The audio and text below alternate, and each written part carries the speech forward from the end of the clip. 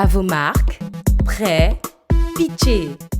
Alors, c'est le prototype que vous voyez ici. On clique juste sur le bouton. On a une application mobile qui est déjà développée et nous permet de commander le système. Donc, c'est en miniature ce qu'on a fait ici. Donc, on peut le reproduire à grande échelle. Alors, bonsoir à tous. Je suis Véhi Gobé Sévérin, agripreneur ivoirien qui a pour ambition de digitaliser le secteur agricole ivoirien. Donc, nous avons mis en place un système d'irrigation qui est connecté à un smartphone et un autre dispositif qui permet de faire le choix des engrais chimiques. Donc, pourquoi la solution Agritech? Nous avons constaté que la plupart de nos parents ils utilisent des engrais chimiques sans toutefois connaître la texture du sol. Et de plus, l'irrigation en Afrique et plus par ricochet en Côte d'Ivoire se fait de façon manuelle sans contrôle de la qualité d'eau à apporter, toute chose qui rend le travail si difficile. Pour remédier à ces deux problématiques, nous avons mis en place un système de capteurs connectés qui permet de détecter les besoins du sol et transférer sous forme numérique au dispositif Agritech. Et ensuite, le dispositif Agritech s'en charge pour analyser et informer, soit par SMS ou un appel téléphonique, le planteur concernant l'engrais chimique utile pour ces plantes qui sont présents sur la parcelle. Et l'autre solution est un système d'irrigation connecté à un smartphone. Donc, l'opérateur pourra, depuis sa position, commander l'irrigation de son champ.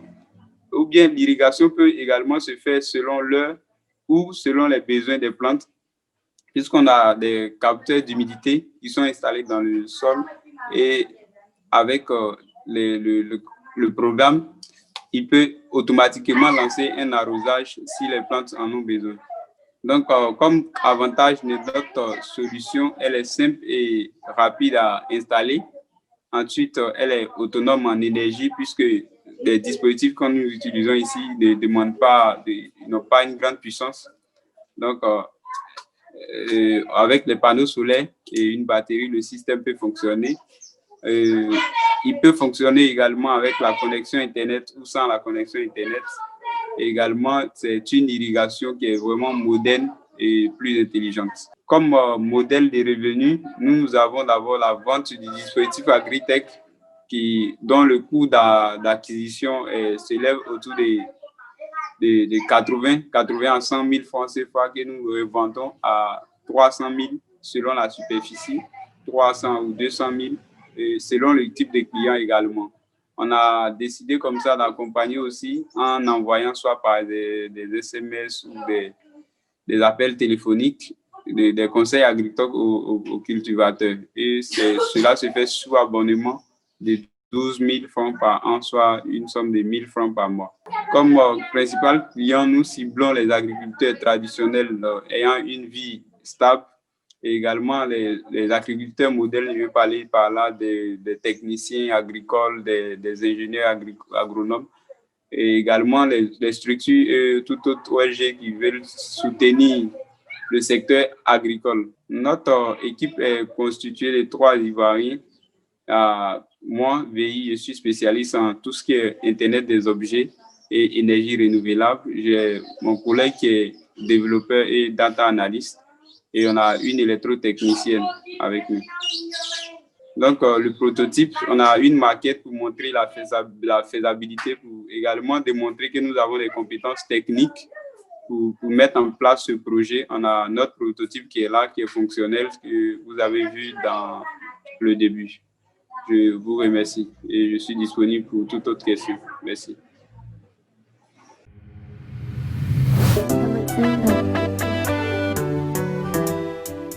Merci beaucoup, Séverin, pour cette présentation. On a quelques questions pour approfondir un peu le sujet. La première, c'est bien évidemment la concurrence. C'est-à-dire que ce qu'on aimerait savoir, c'est comment se différencie votre produit par rapport aux concurrents et pourquoi ils choisiraient le vôtre. Merci. Donc, ça, question-réponse en même temps. Ouais, on attend votre réponse tout de suite et puis on aura d'autres questions. Ok, au niveau d'ici, d'abord, il y a 3 startups qui font pratiquement un peu la même solution. Il y a IVA Irrigation, qui est spécialisé dans un système d'irrigation. Et il y a Ata Solutions également. Je dirais 3 qui font déjà la même chose. Mais seulement le plus que nous avons ici, c'est l'utilisation du smartphone, au fait. Donc, qui permet de vraiment rester à distance et puis commander le champ. Donc, on réduit un peu le temps de présence sur la parcelle. Donc, c'est en quelque sorte notre innovation. Il nous différencie des autres concurrents. D'accord, non, c'est très clair. Du coup, la question qu'on a, c'est est-ce que l'agriculteur, il aura des changements à opérer dans son système d'irrigation? Dans quelle mesure vous intervenez ou est-ce que vous posez juste des capteurs? Donc, comment ça se passerait en fait si on devait tester votre produit je veux dire, en temps réel, on va dire, ou dans un cas concret, au-delà de la partie laboratoire? Merci. Bon, ok, je peux prendre déjà la culture des trucs, des tomates, où on peut bien l'implémenter. La tomate, le piment, la salade également. Ce sont déjà des cultures où on peut expérimenter. Notre première solution, même, ça a été testé dans un jardin. Donc, c'est là qu'on peut implémenter au fait la solution de façon concrète. Très bien. Si on est dans un cas concret, puisque finalement vous l'avez déjà testé, est-ce que vous avez pu déjà mesurer les économies que vous avez pu faire pour le client final ou quels ont été les principaux bénéfices qu'ils ont retirés de votre première expérience? Bon, d'abord, qu'elle a retiré, on peut dire par là, le temps de présence sur la parcelle, parce que le système qu'on a fait, c'était un système vraiment automatique où il n'avait pas vraiment de présence sur la parcelle. On avait déjà réglé tout le dispositif qui était là. Donc, juste lancer l'irrigation seul le matin, également le soir. Donc, déjà, ça fait un plus. On n'est pas obligé de venir toujours arroser déjà son champ. Donc, c'est cette partie qu'on a incrémentée au fait. Mais là, on n'avait pas qu'on appelle des caméras pour surveiller à distance. Donc, peut-être fallait se rendre sur la parcelle une fois dans la semaine ou 2 fois dans la semaine. D'accord, très bien. Et finalement, j'imagine qu'il y a des différentes tailles de cultures, donc vous n'aurez pas forcément les mêmes types de superficie à couvrir. Donc du coup, est-ce que le coût il est différencié selon la taille des clients? Comment vous arrivez à bien faire un business plan par rapport à ce que vous êtes plutôt sur les gros clients, les petits, ou quel est votre positionnement finalement par rapport à la clientèle cible, je dirais? Bon, oui, par rapport à la clientèle, on peut dire que c'est ciblé, puisque d'abord, le dispositif même n'est pas uniforme. Donc, il y a d'abord le système qui fonctionne avec le réseau Internet et il y a celui qui est sans le réseau Internet. Donc, on peut dire le prix varie selon la clientèle et selon la technologie demandée aussi. D'accord, très bien. Et du coup, pour ce qu'on vous souhaite, c'est d'avoir beaucoup de clients. Mais si vous deviez choisir un type de client aujourd'hui pour peut-être vous focaliser sur un type de client, quel serait ce type de clientèle que vous voudriez choisir pour mieux démarrer et puis montrer que votre produit fonctionne? Est-ce que vous avez une préférence ou comment ça marcherait selon vous? Bon, c'est d'abord ceux avec qui on compte démarrer véritablement, c'est ceux qui font les pépinières, que ce soit pépinière d'anacarde, pépinière de cacao, de café, de VA. C'est vraiment ceux qui font ça avec. Après, maintenant, on va s'orienter vers les légumes. Parce qu'on s'est dit, bon, ici en Côte d'Ivoire, il est plus facile d'avoir ces personnes. D'accord, très Et bien. on s'est dit qu'ils ont généralement un peu ils ont un moyen. Ils ont un moyen financier par rapport aux cultivateurs de légumes. C'est vraiment encore, le système est encore archaïque. Donc, c'est pas tout ce qui peut vraiment investir une somme colossale dans ça. D'accord, très bien. Bah, écoutez, merci. Pour ma part, je pense que vous avez répondu à toutes les questions qu'on voulait un petit peu approfondir avec vous. Donc, on vous remercie pour votre temps et puis on vous souhaite bonne chance pour la suite. Merci beaucoup, Merci. monsieur Séverin. Et puis, bonne Ok, soirée. merci. Au revoir. Merci.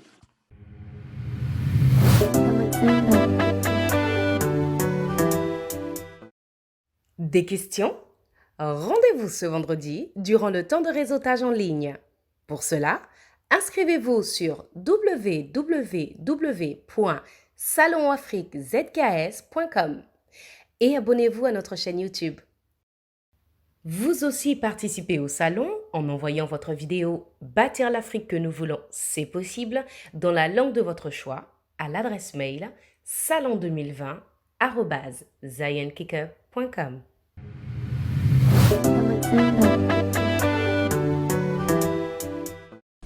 Time is now to build the future of Africa.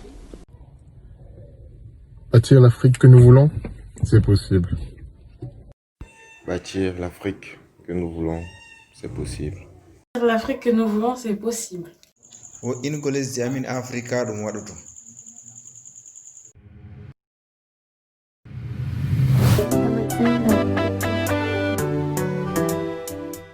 N'oubliez pas de vous abonner.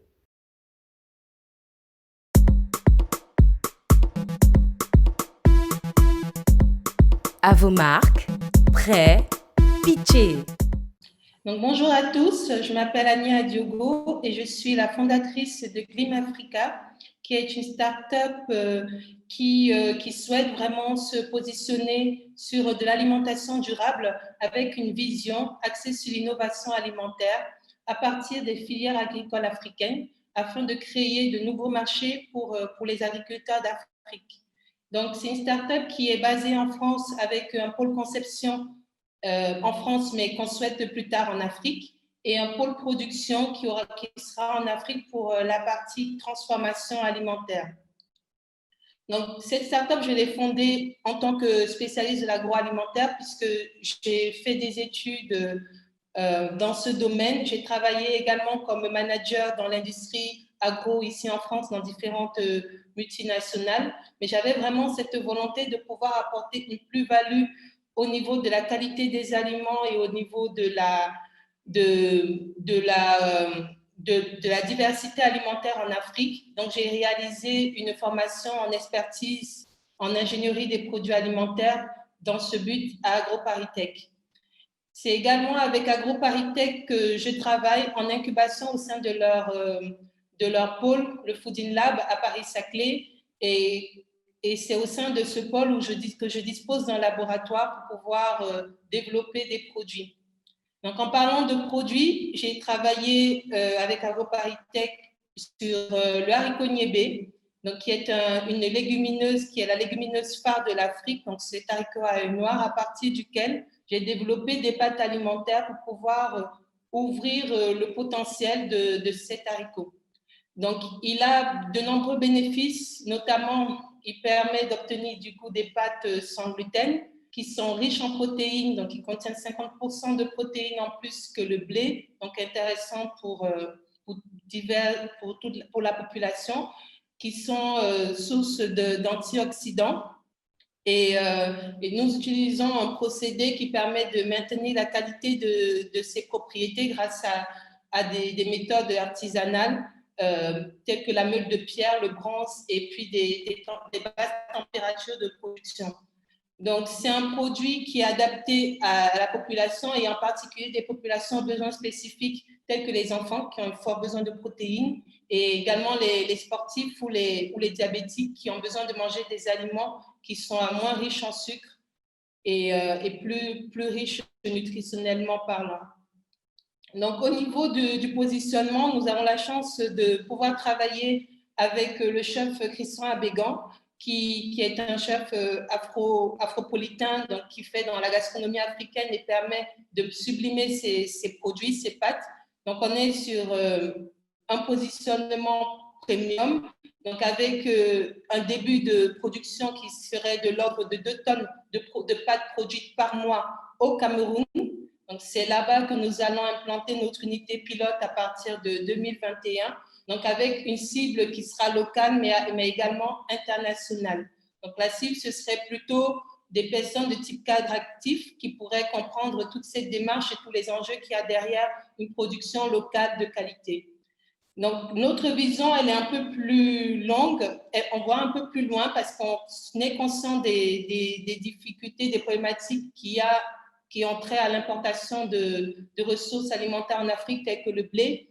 Et là, j'ai mis quelques exemples des poids, des quantités de blé qui sont importés au Cameroun et puis des enjeux en termes d'évolution de la population, de la démographie qui nous ont motivés à faire des pâtes, donc un aliment assez pratique et qui permet de répondre aux besoins de la population urbaine. Donc, en termes de besoins, Glimafrica aujourd'hui a besoin de constituer une équipe et de financer les différents travaux parce qu'on souhaite continuer la recherche et faire vraiment la promotion de nos produits pour qu'ils puissent être connus et accessibles pour tous. Donc, la chèvre, vous pouvez l'attacher.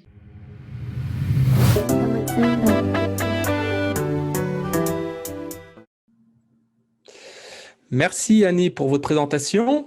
Maintenant, on va passer aux petites questions. La chose qu'on aimerait approfondir, en fait, c'est la maturité de votre projet. C'est-à-dire que par rapport au proof of concept, c'est-à-dire au projet que vous avez fait, on a du mal à savoir où est-ce que vous en êtes. Alors aujourd'hui, la question est, qu'est-ce que vous avez fait? Qu'est-ce qu'il vous reste à faire? Où est-ce que vous en êtes par rapport à votre projet, s'il vous plaît? Aujourd'hui, le projet est en phase d'implémentation. Pour les pâtes de Niébé, on est en train de créer l'unité pilote de production, donc il sera opérationnel au plus tard à la fin du mois de février 2021. Et au niveau de la commercialisation, il y a différents partenariats qui sont en train d'être mis en place au Cameroun et en France, notamment sur une marketplace. Donc, j'ai eu déjà l'occasion de faire la promotion dans différents salons, donc le Salon international des agro-industries au Cameroun, le Salon de l'agriculture en France, donc où j'ai eu de bons résultats et j'ai eu également des personnes intéressées par les produits. Donc, avec la mise en route de l'unité, donc on pourra également redémarrer ces démarches commerciales et avec les différentes personnes intéressées. Mais l'accueil a été très bon et on est confiant sur le lancement du produit. Très bien. Et du coup, la production, finalement, alors elle se fait où? Elle se fait en France ou en Afrique ou dans les deux pays? La production se fait exclusivement au Cameroun, donc au plus près de la matière première. Très bien, merci.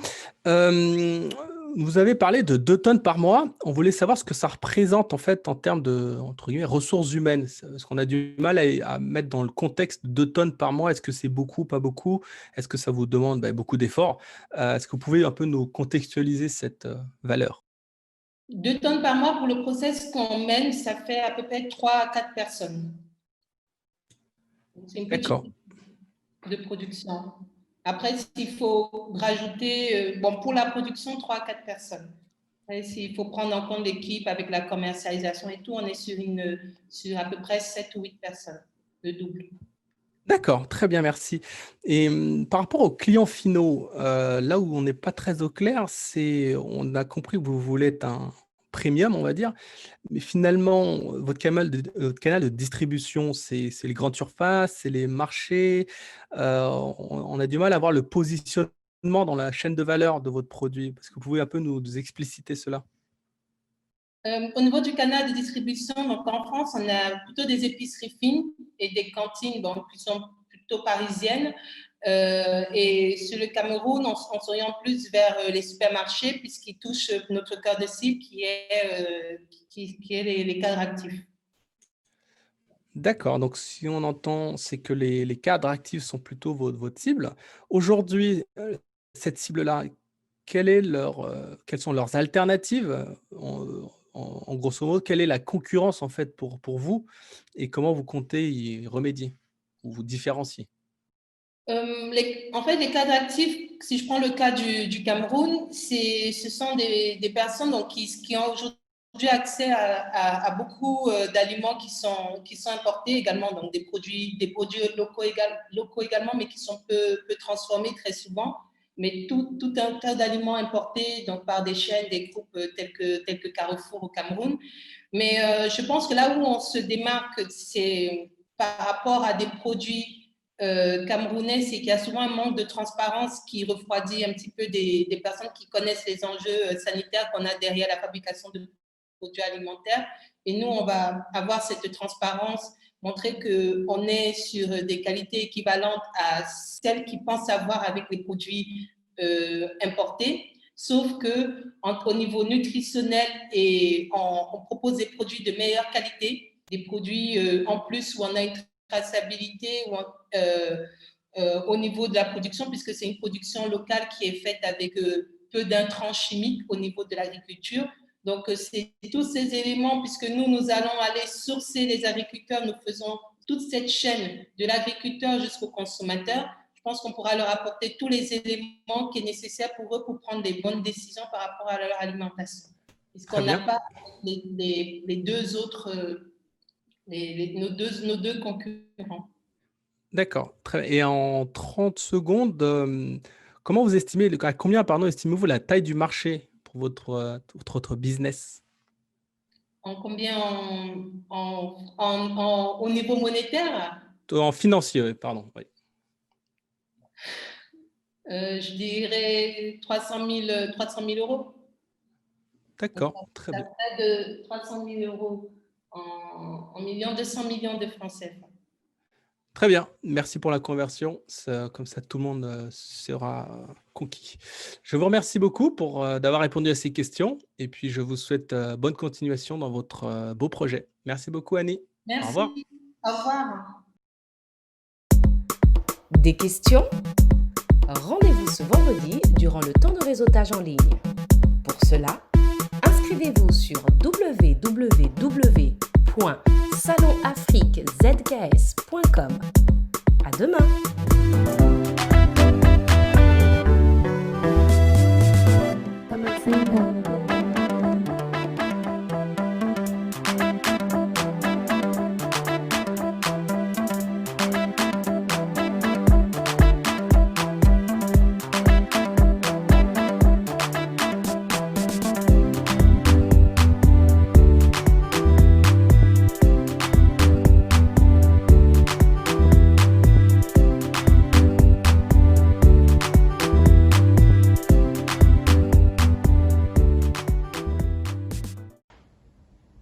Ja, es ist möglich, das von uns gewünschte Afrika aufzubauen. Building the Africa that we always dreamed of is possible. Afrika twifuza kubaka irashoboka. Mfamfa msopa pelusi pakwadzi sihag hafu. Bâtir l'Afrique que nous voulons, c'est bien possible. L'Africa che vogliamo battere è possibile.